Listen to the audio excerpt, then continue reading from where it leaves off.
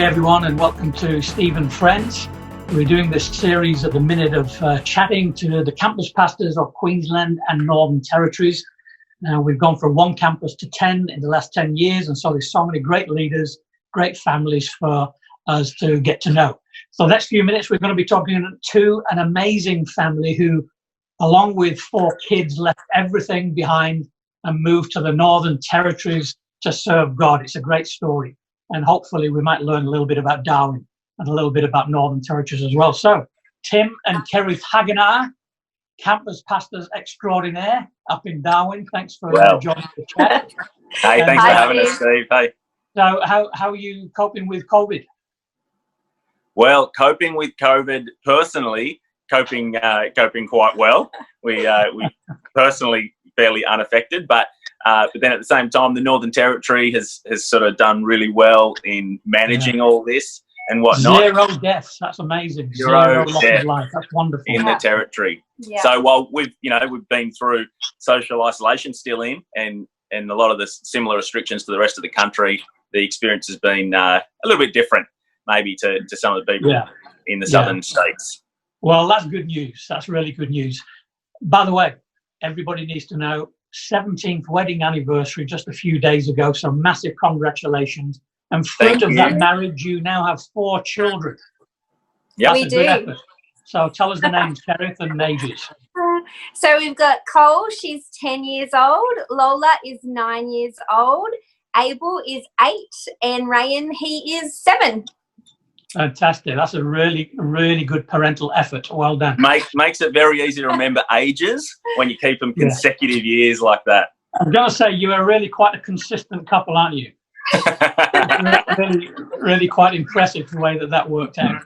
By the way, Tim, very important question, but when did you last have a haircut? Last haircut? Oh, my last haircut was, I do remember this, it was in January of 2018. That was my last haircut. It was not from a barber. It was from a random mate that didn't like my hair at the time and wanted to cut it. You left a random mate to sort your barnet out. Okay, well done. Well, listen, but it's held up well. Yeah, well, there you go. That's a matter of opinion. Now, tell us a little bit about both your backgrounds, as short as you can. Well, I grew up in Coffs Harbour down in New South Wales in a fantastic family. I grew up going to church. My family's Dutch background, so a bit of that heritage in my upbringing, and loved life growing up in New South Wales down there.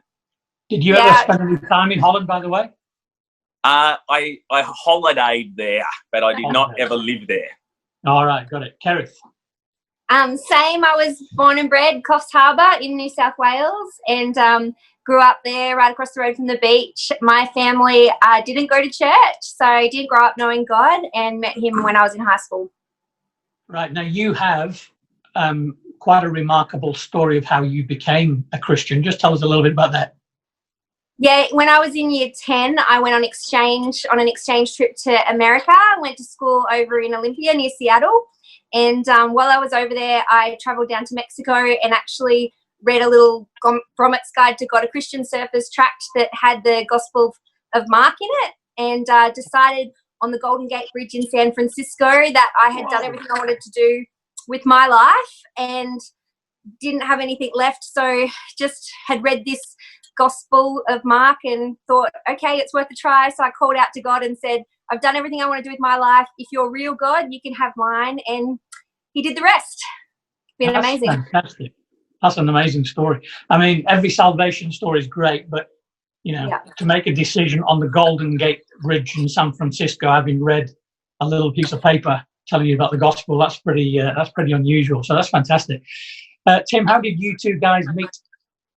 Well, as all the best couples, we met in church, and in both in youth ministry and serving God there. I think the Kerith's version of when she first met me, she has different memories that are highlights for her.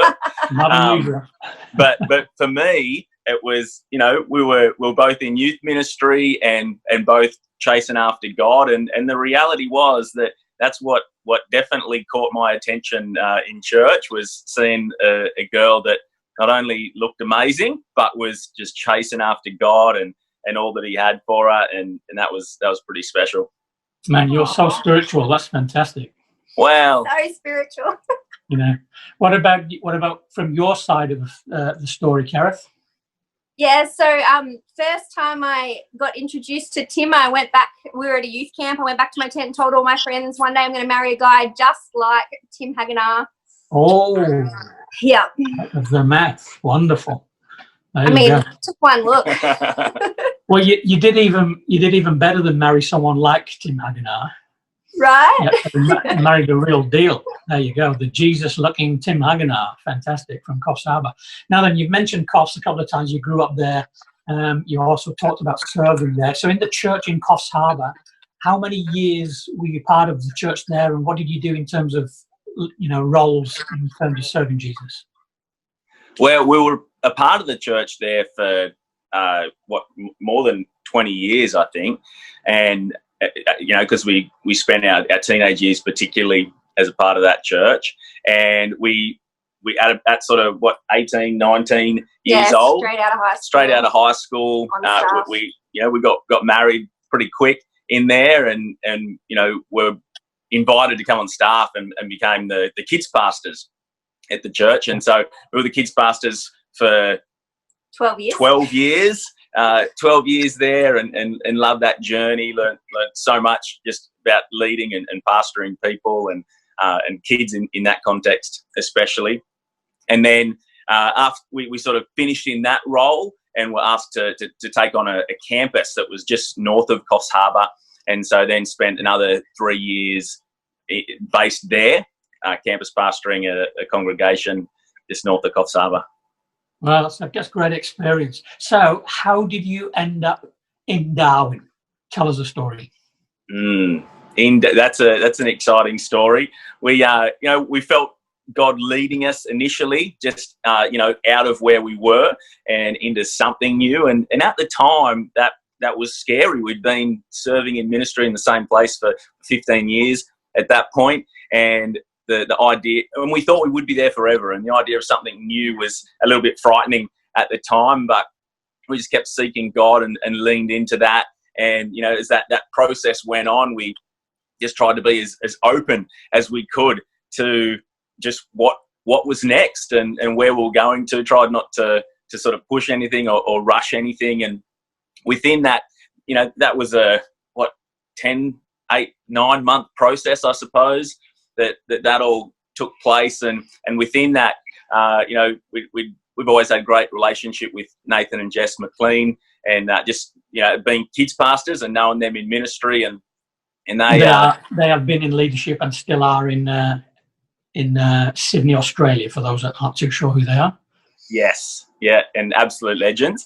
Anyway, they put us in contact with Jared and Emma Cook, who were up here in Darwin at the time, and we started having a few conversations with them, and short story is that sort of connected those dots and led us to here. But it was actually a really, really cool journey for us as a family, sort of making that decision as well. Kerith, maybe you want to share that part of the story? Yeah, so it was a big thing to leave everything we'd ever known and move to Darwin, but we went into it just fully open. Like our pastors at the time, we talked to them about it, and they were fully like, yep, we think God's telling you to move to. And we just, Darwin came up, and we came and visited for a weekend and fell in love with it, and really felt like God was calling us to move to the top end of Australia. So we talked to our kids, and we just said to them, hey, we want you to pray about it. Here's a few different options. Tell us what God tells you. And individually, each one of them over 2 days came back to us and just had decided of all the places we told them we could possibly move, they all came back and said Darwin. And wow. We just knew that God had spoken to them and to us. And so it made it a really easy transition as a family. That's really fantastic. Cool. What a great confirmation, hey? Yeah. Great for you as parents to move your family, knowing that the family's on board with it. So that's awesome. So how physically, you didn't fly, you drove? We drove, yes. So how long was that trip, and what did that feel like? Well, it was definitely an adventure, and we actually didn't plan the journey itself that much. All the planning went into the move, in the sense of, you know, untangling ourselves from Coffs Harbour and getting all our things and just making the move. But the actual drive itself was it was relatively unplanned. We spent 2 weeks making that trip. I mean, you can do it in sort of 4 or 5 days, but we spent 2 weeks. We towed our camper trailer and just took the kids on an adventure, and it really was a trip of a lifetime for us and for our kids particularly, and just being able to, I think being able to see the country, you know, a big chunk of our country, of Australia, on that drive up was just something really special for us as a family, and knowing, really grounding where we were going to and where this new place was that we were going to sow our lives into, seeing it not just from the perspective of flying over and then landing a couple of hours later, but really having a good understanding right from day one of how far away this is from everything, and just the country that we're in. It was cool. Yeah. And it was a stunning trip. It was just breathtaking, beautiful. And how long was the trip again, did you say, the whole thing? 2 weeks we spent driving. And wonderful. There can't be that many Australians actually ever done those sorts of trips. Your kids got to do it with mum and dad early on in life, so that's fantastic. And then, okay, so you were then in the Darwin church. You were serving. You were part-time serving in church. You were looking after pastoral care. You were looking after some kids and so on, and working under, as we said, Jared and Emma. And then this strange-looking Englishman, state pastor, flies up to have a conversation with you and asks you to consider taking on the campus and talking about the Cooks moving to the Sunshine Coast. So what do you remember of that conversation? It's a little bit of a blur. Most of what I remember is from having to recall it at different moments in time. I remember that the restaurant we picked wasn't a great hit. That definitely wasn't the best thing about the night. But I think the biggest thing that just stuck in my mind was just that first sort of statement that you made of just putting that out there as you know, this is what we would like you to do. What do you think? And just I completely lost my appetite instantly. I don't think I ate anything else for the rest of the night. So Joyce kept on cooking over the little the grill that was there, and I was, you know, I just could not even think about food. But it was definitely a shock. Let me put it that way. What do you remember, Kerith? I remember at one point we're like, does he know who we are? Is he sure? And just the crazy honour to be, you know, to be offered such an opportunity to grow in our leadership and to, you know, look after so many beautiful people was just beyond our wildest thoughts. Well, one thing I'll never forget about that conversation is saying to you at the end, you know, you take all the time you want, go away, think it through, talk it over, definitely pray about it, get some advice. And I remember you turning around on the very same night to him and say, we came here to serve God. We came here to do whatever we're asked to do. And you're asking us, would we do this? So the answer is yes. And I'm kind of saying, take your time, think it through and all the rest of it. But I love the heart that literally you got in that car for 2 weeks, went to Darwin, just saying, God, whatever you want us to do, you know, we'll do it. So I think that's there's a big challenge, a big lesson for other people in there. That's beautiful.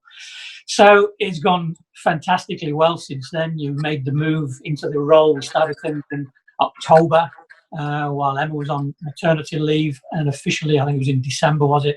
Officially became campus pastors. So you're a number of months in. You're doing fantastic. Are you enjoying it? Yeah, loving it. You know, the massive challenge and all of that, and just, you know, leaning into God in every season. It's always exciting. Yeah. And Hillsong Darwin, in just a few words, how would you say to everybody it's going? Well, at the moment, it's going very far apart in the sense that we're all isolated from one another personally, but gathering online. But in that, I think the same as everywhere, we're seeing just God at work through this season, the same way that he works through every other season as well. Love hearing the testimonies, the miracles that are taking place. It's been such an honour for us to see the campus, the people up here just lean into this season and the caring for one another, just overwhelming generosity from people within the campus that, have done quite well through this season, and just being able to give and sow in to support those who have had a really challenging time, and, seeing connect groups grow and just seeing miracles take place one after another. It's cool. Well, that's great. We absolutely love every opportunity we get to go to Darwin. Emma and Jared did a great job there, as you know, and you did an incredible job as well. So we're proud of you for all that you do. Why don't we just give people a little bit of an insight into the Northern Territory, the top end, as you called it before, Kerith, and Darwin, because not everybody's had the chance even within Australia to go to the Northern Territory. Just to let people know, the total area of the Northern Territory is just under 20% of the whole landmass of Australia. Nearly a fifth of Australia are the Northern Territory. Population, though, is only 249,000. And when you think of the millions that are in the other Australian capitals, it's the smallest one because it's so remote. And then Darwin, of the 249,000, has 157,000 of them. So that's about 2/3 of all of that landmass live right down the road from you and your community. So that's kind of the geography right up there. Talk to us about the climate, Kerith, because it doesn't have like 4 seasons up there. It just has 2, and it's not summer and winter. What is it? Yeah, no, we just have wet season and dry season. And so it was really fun for us. We moved up in what's called the month of build-up before the wet season starts, when you get the intense heat and humidity, but no rain or anything to ease it off yet. So we moved up in October, which is build-up, and it was the most intense heat you can imagine, but there's no relief from it. And everyone told us, this is what it's always like in Darwin. So we were like, okay, we can do this, Lord. We can do this. And then came wet season, where the beautiful rain came, and although it's really hot and humid, the rain just eases it off every day of the wet season. And then it came dry season, which we don't like to get this out there too much because everyone would move to Darwin, but it is just paradise. It is just incredible. So, there's no chance of rain ever because it's dry season, and the weather is just stunning every single day. You think of your best summer day, it's better than that, but every day for months. Every day. Yeah. This morning, as I was driving the kids to school, one of our daughters said, "Oh, Dad, when's it going to rain again?" I said, "Well, probably late November we'll get rain again." Amazing. And probably the best sunsets in Australia take place right where you live. It's absolutely fantastic. Now, Tim, every night. We know that you love, on a day off, getting out the old ute or whatever it is you're driving, some ramshackle thing up there, and getting out and into the bush and finding creeks and water holes and all that sort of stuff. So what is there out there for you to enjoy the outdoor life?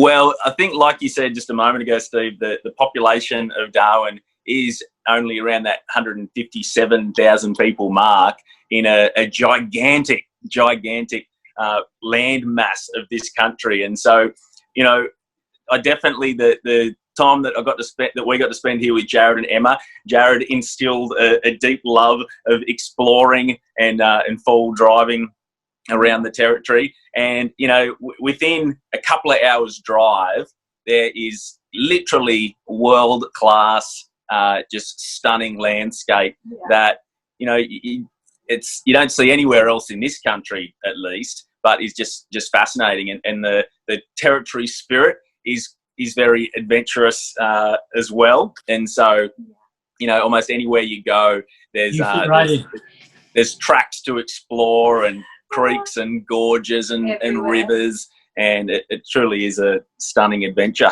every time you drive out of town. Also up there in the top end, everything that can kill you probably lives quite close to you.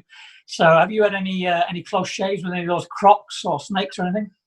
Well, there definitely is crocodiles pretty much everywhere.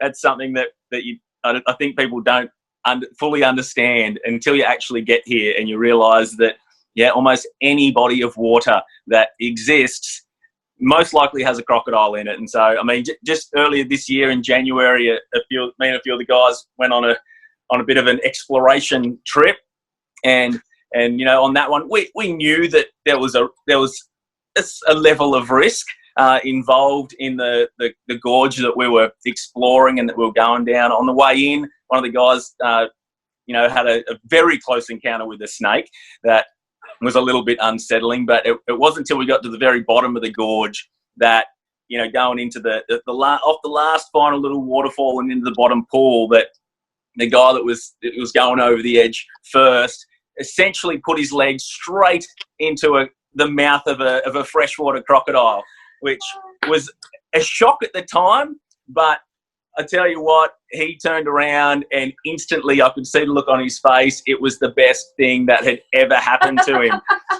And so, you know, that's probably the closest encounter that I've personally had. But, you know, generally when I go out and I'm exploring somewhere new, the chance of coming across a crocodile in some capacity is pretty real and happens fairly often. But it's an exciting time. Wow, that's fantastic in a weird male sort of a way. I'm even scared of having a shower tonight, so you've got to play on my mind. To finish with, the reason for doing these little interviews is to get people to build the opportunity to get to know our campus path a little better. So to finish with, Kerith, describe your husband before he describes you. Describe my husband. He's wild and adventurous and very, very handsome. But I think yeah, it's very obvious he was meant to come to the territory, because everything about him screams out what our landscape is. It's wild, it's adventurous, it's crazy, and I think the biggest thing is that he always goes back to Jesus first, and that's just the best. That's great. Come on, Tim, your turn. Well, Kerith is, you know, she's incredible. She's incredibly driven. Her capacity for leadership and for love and for, you know, everything that God puts before us and that life puts before us, the capacity for that is just incredible. I'm always blown away just with her, how intelligent and strategic she can be in all of that. She loves our family, you know, in a way that even I don't fully understand. It's incredible. Is incredibly good looking and also is always up for an adventure as well. Always looking to push the limit and push the boundary of what may be normally accepted as fun for other people, but always wants to take it a step further and make sure that someone's uncomfortable because she's pushing it too far, and I love that. I think that's the best. So she's amazing. We have kids now though, so we have a rule that at least one of us must stay alive. So we don't always go on the same adventures anymore. Right. And I think as well, a massive thing that I love about Kerith is that you know, when it comes to those sort of questions of, oh, what do you think about this? You think we could do that, or could I do that? Could I buy this new motorbike? Should we get a boat? She's always on board every time. It's like, yeah, go for it. That'd be awesome. You chose well, Mr. Hagenar. That's a great wife. Well, listen, thanks for your time on Stephen Friends. We've been chatting to all these different people. Absolutely love chatting to you. And I will say before we sign off, that we love you two massively and value you massively. You've got so much leadership in you, which, in case you're wondering, is the very reason why we didn't need a lot of time to work out that you have got a gift of God on your lives. We love the way that you love people, and both of you are in your own right are people lovers, and everybody knows that, and everybody says that about you. In terms of church, the church is in great hands because you're a great mum and you're a great dad. You've demonstrated in life that you'll live on nothing. You'll go anywhere that God tells you to go. You've never made anything difficult. You're the easiest easiest peoples to lead. We think you're absolutely fantastic. So thanks for all that you're doing, but thanks especially for just being who you are. Don't change, because we love the Hagenars just the way the Haggies are. Be blessed. Oh, Goodbye. Thank you, Everyone. Steve. We love See you you. all next Love you time. and Take Joyce. care.